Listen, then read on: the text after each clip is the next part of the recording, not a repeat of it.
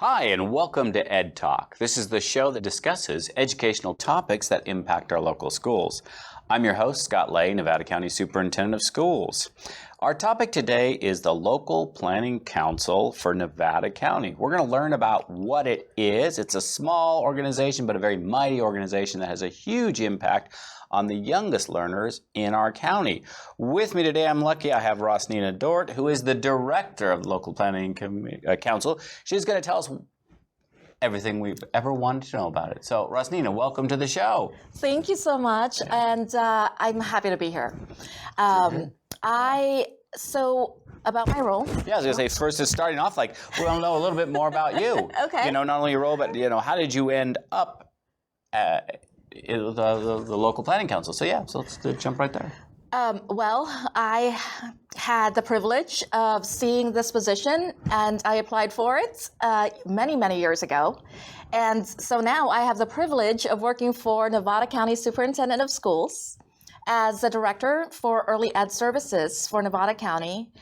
And my work focuses on strengthening the quality of our county's early learning and care system by supporting child development professionals and TK teachers through professional development, coaching, and other quality improvement supports like site grants, and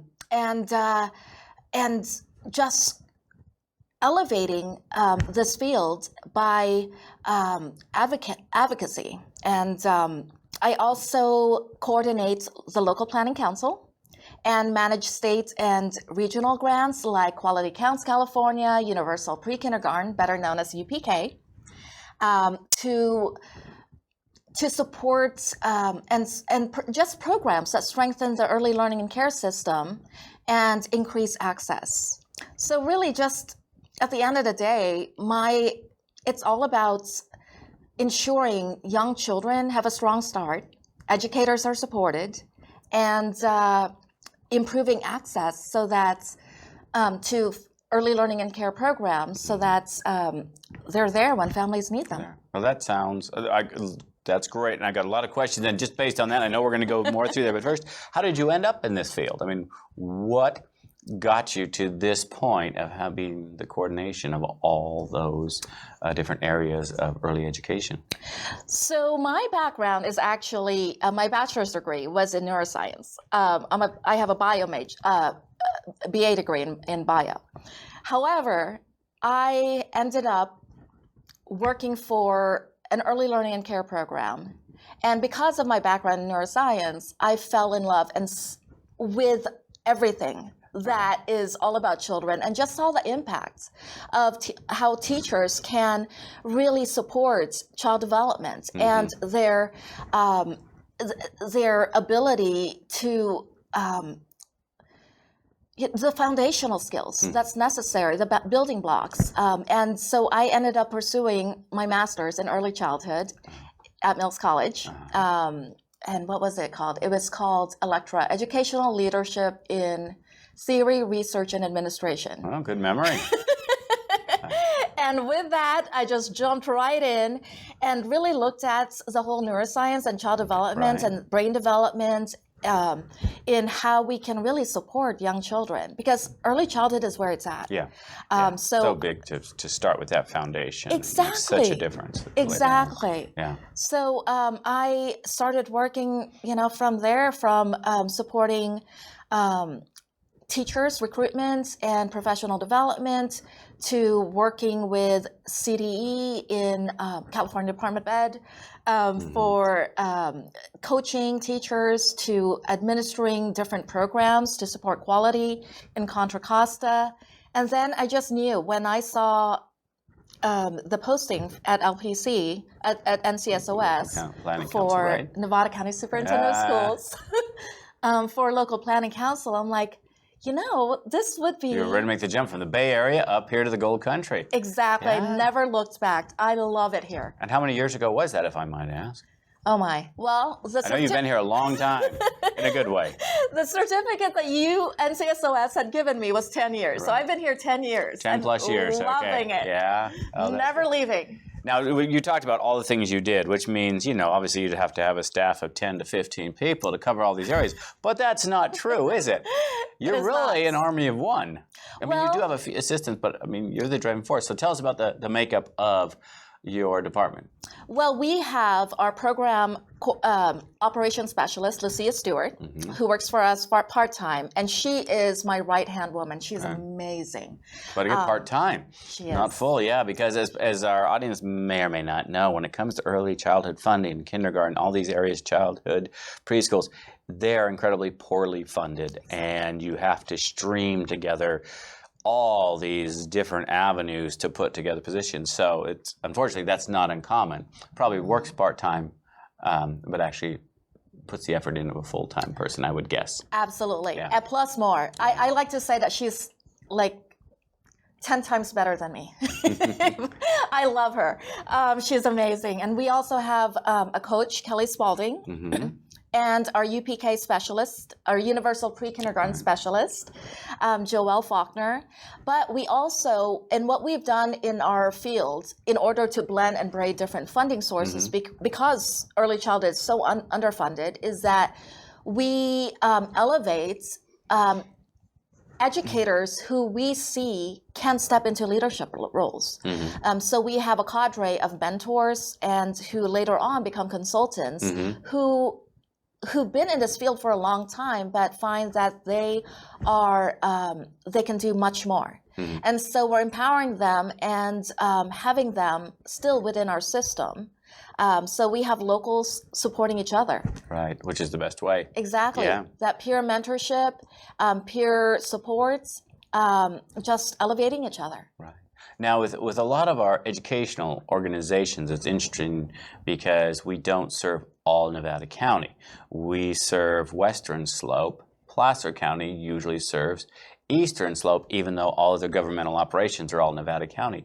Is that the case with your organization? Do you serve Tahoe Truckee schools, or is it the same thing where it would be Placer County doing No, we do it all. so you're one of those, that does what would be considered normal. You cover the entire county. Right. Exactly. So we do Which cover would be challenging, Truckee. because that's difficult in the winter for times like that, the distance, chain control, what have you. Exactly. Yeah. So relying on our mentors up there, like Cindy Maciel and Rebecca Shurtleff, they are movers and shakers, and we have them still serve as a conduit to our programs to support early learning teachers out there.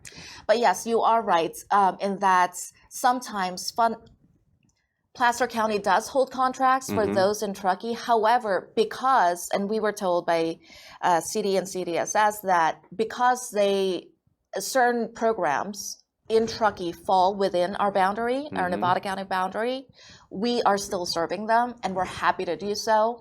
Our Truckee folks, Tahoe Truckee folks, actually love. Oh, should I say this? Yes, you can. Go ahead. Okay. They say they love us more than Placer. Well, who wouldn't love us more? Exactly. We provide a lot of services that are really meaningful and pertinent to their work. Right. That's so, yes. Right. Well, let's dig a bit more into the things you said. Now, when we look at the local planning council title, because there were other things right, is that the umbrella that the other things fall underneath, or is that a standalone? You have the LPC, then we have the UPK, and the others. How does that look if you're looking at an organizational chart? So, local planning council is a standalone too, and so the different contracts and programs that I manage are all about early ed services. So I coordinate the local planning council, but all the other programs that we have are under NCSOS. And the local planning council is a state mandated body, but it's very locally driven. Its role is to take an honest look at really what families need, the frontline realities of what early learning programs can realistically offer, and look at where the gaps are, and then help coordinate solutions. In practice, it also serves as a forum where educators, families, and other community partners like Sierra Nevada Children's Services, First Five Nevada, Public Health, where we all gather and we look at the data. We look at the we listen. We do a lot of listening. Which is the best way. That's good. Yeah. Yes, especially to educators and parents about their needs and where they see things lacking. And we do a lot of planning based on that. And we do this so that decision makers and policymakers have a clear understanding of what's really happening on the ground and how to respond in meaningful ways. Right. Wow.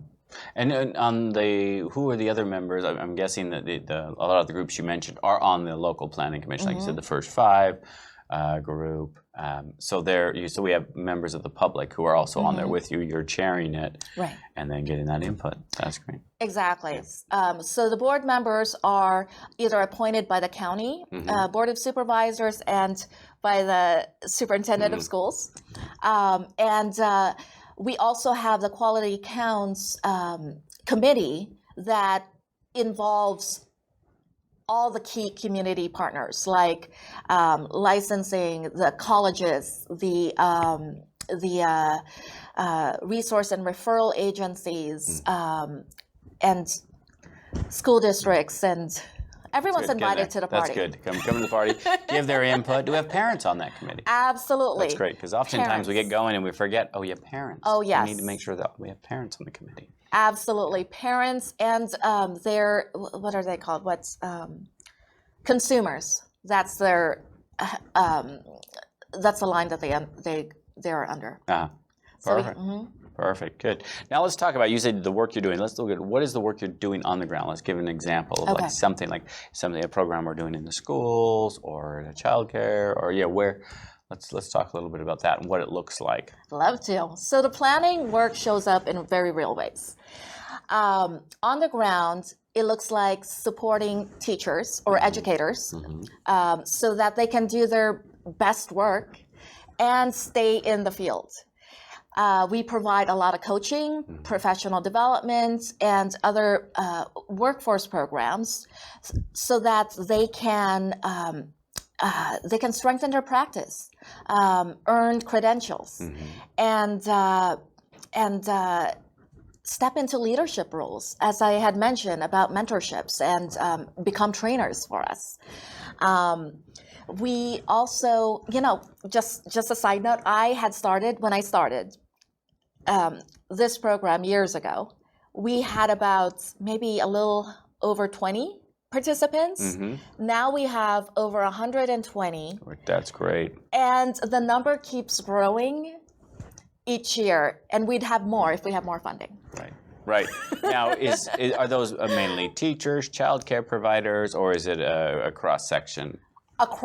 So any educator that works with young children is welcome to participate in our program. So we have folks working at the libraries, working as a family friend and neighbor, to child development professionals that work in state preschools, TK teachers, also aides, everyone that works with part of it, 0 to 5. And is there a cost, or is it all? It's completely free. It's completely free. And if our program provides scholarships. We have scholarships. Yes. Okay. Right. So there is. So there is an incentive. Absolutely. Not only free, but an incentive to do it. That's exactly. Really nice. We also provide site grants to all early learning and care settings, libraries, as I had mentioned. Family resource centers, to preschools and private community settings, to improve learning environments and also address practical needs, things that make a difference for children day to day. Right. And what we found is that these programs or these supports, especially site grants, help stabilize programs, give families confidence, and of course, give children safe, engaging places to learn. That's great.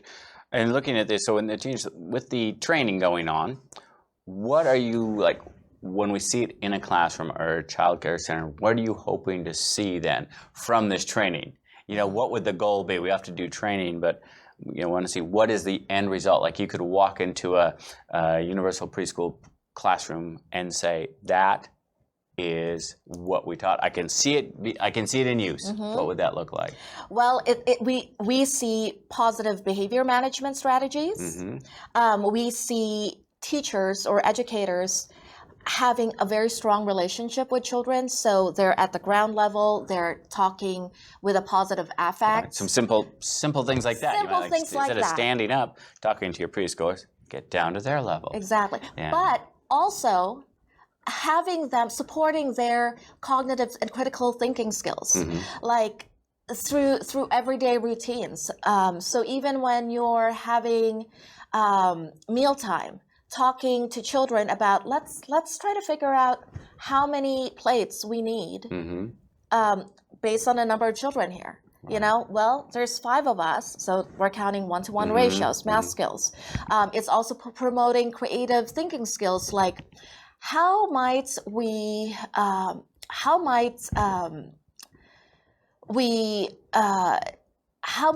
have a chance to play with this toy, so that you and Billy can each have a turn. Right. And then they come up with their own solutions, you know, so not only are they brainstorming, not only are they thinking critically, but they're also engaging in their own problem-solving skills for that interaction with and promoting that social interaction with another child. Right. So all those things. Yes. Great skills that we want to see.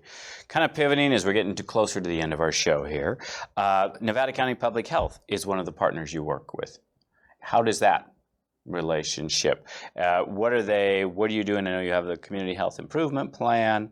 So what is that? And what's that partnership like? So the Nevada County Public Health has identified early learning and care as a social determinant of health and elevated it as a priority because it directly impacts family well-being and long-term community outcomes. What they found is that high-quality early learning has shown to reduce stress for families, supports employment, and of course benefits children. So they had made sure that access to high-quality early learning care is one of the 3 goals that they have in their Community Health Improvement Plan, because what they found is it's not just an educational issue. Access is not just an educational issue. It's a community health strategy that supports family stability, economic resilience. Yeah, so many pieces to it. Absolutely. Yeah. Well, that's great. With that, I know just the work I do around the state in my position, I see that happening in other counties who recognize this and are working toward that. Just makes for a much better community. Early learning is foundational to student success. The first 5 years is the most critical period for brain development. And what happens during those early years has a lasting impact, right? High quality early learning is linked to stronger language and math skills, a reduced need for special ed services later on, and of course, better social emotional development. And when high quality early learning is aligned with strong early elementary experiences, we see better long-term outcomes, higher achievement, higher graduation rates, greater readiness for college. Exactly. No downside at all. Yeah. Exactly. So early learning and care isn't separate at all from K-12 education. It's foundational. No, it's part of it. It's one of the most important pieces for sure. Exactly. You get it. Yeah. Scott gets it. Yep. You get it. So good. So if people want to contact you for more information, how do they do that? nevcolpc.org. Please visit us. And office number? 530-271-0258. Perfect. So that way pay. But Rossnina, thank you so much for coming in today. I really appreciate it. It is like a group that doesn't get a lot of press, I would say, out there. You don't think of that, but it is, as you mentioned, that 0 to 5, the first 5 years are so critical in the foundations and the differences they make in a positive way all the way through schooling, through life. It's amazing. So with that, thank you. I want to thank our audience for joining us at Ed Talk today. We hope you've enjoyed the show and you have a great day. Thank you.